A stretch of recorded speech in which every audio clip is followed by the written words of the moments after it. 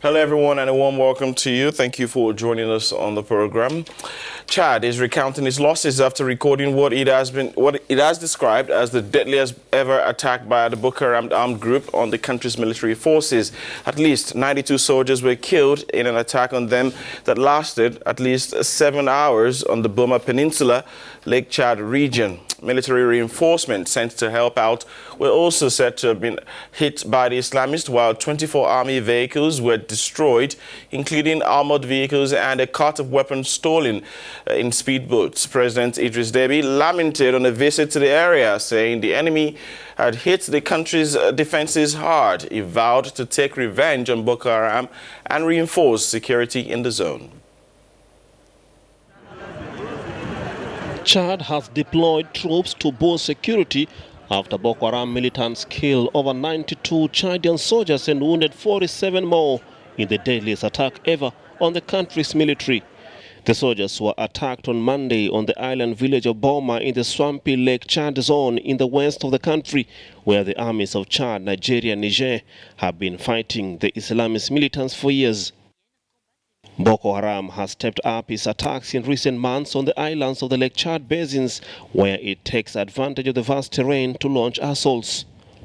Boko Haram insurgency has killed 36,000 people and displaced nearly 2 million in northeastern Nigeria since it began, according to the United Nations data.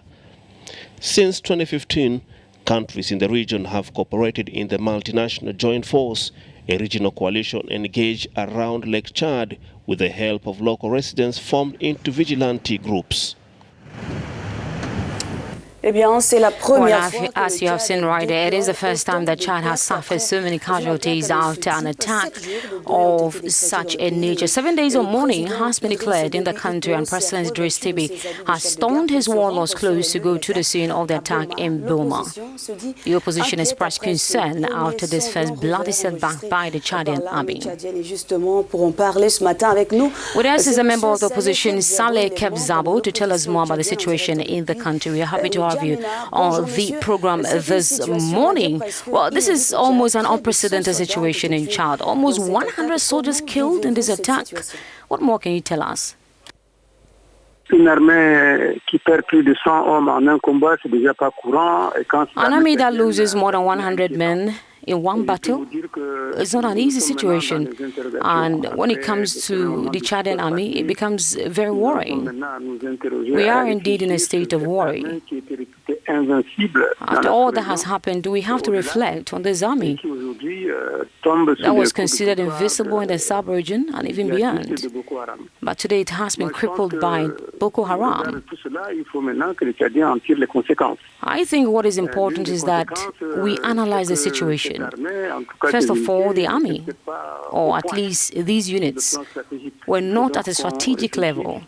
So we must think about restructuring our army in that regard. The other issue is that we applied a strategy which is not paying off, and that keeping soldiers at the front line for several months, so they lose that kind of vigor needed in such an encounter. The maximum length of time in the field should be at least 3 months or less, no more than that. The other aspect that must be looked at has to do with injustice, and this has taken a heavy toll on the military as well as civilians. And finally, I would say that Boko Haram is no longer that small sectarian faction that we knew a year or two ago. They now have experienced people who have joined them from the Middle East, introducing new tactics and antiques techniques that we have no idea about, and they are executing it successfully. A very unfortunate situation, surely it is, for the country's armed forces. This you seem to blame partly on an alleged discouragement or discontent of some soldiers within the military.